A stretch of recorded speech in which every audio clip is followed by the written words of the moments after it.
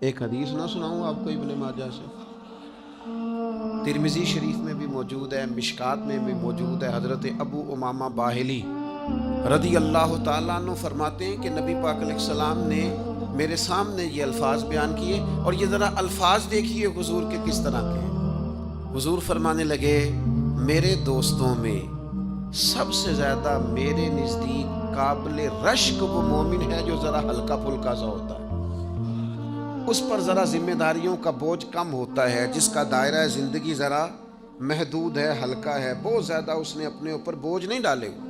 اور حضور فرمانے لگے، نماز میں اسے لذت حاصل ہوتی ہے، اس کا نماز میں بڑا حصہ ہے۔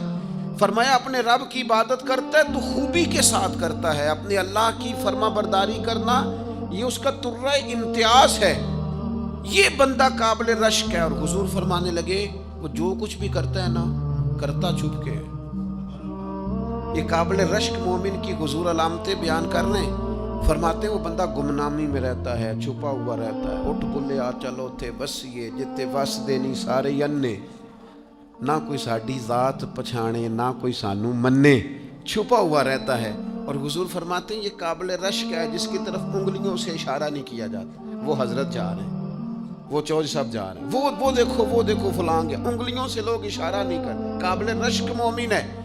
اور نبی پاک علیہ الصلوۃ والسلام فرماتے ہیں روزی بھی اتنی ہے اس کے پاس جتنی اسے ضرورت ہے، بقدر ضرورت اللہ نے رزق دیا ہوا ہے، اور وہ اس پر صابر بھی ہے، شاکر بھی ہے۔ اور حضور فرماتے ہیں اس کی موت بھی چٹکیوں میں آتی ہے، اور تعلق بھی تھوڑے ہیں، پیچھے رونے والے بھی زیادہ لوگ کوئی نہیں۔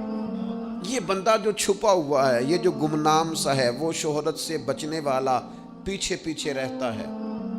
اور میرا جی چاہتا ہے ساری غزلیں اس پیارے کے نام کریں، وہ پیچھے ذرا ہٹ کے، گمنام، تھوڑا سا لوگوں سے چھپا ہوا، تھوڑا سا کسی کونے سے لگا ہوا، تھوڑا اپنا تعارف کو بچاتا ہوا۔ اس نے کوئی کارڈ نہیں چھپائے ہوئے، وہ بہت ساری جگہوں پہ ممبر نہیں ہے، اس کا کوئی لینا دینا نہیں ہے۔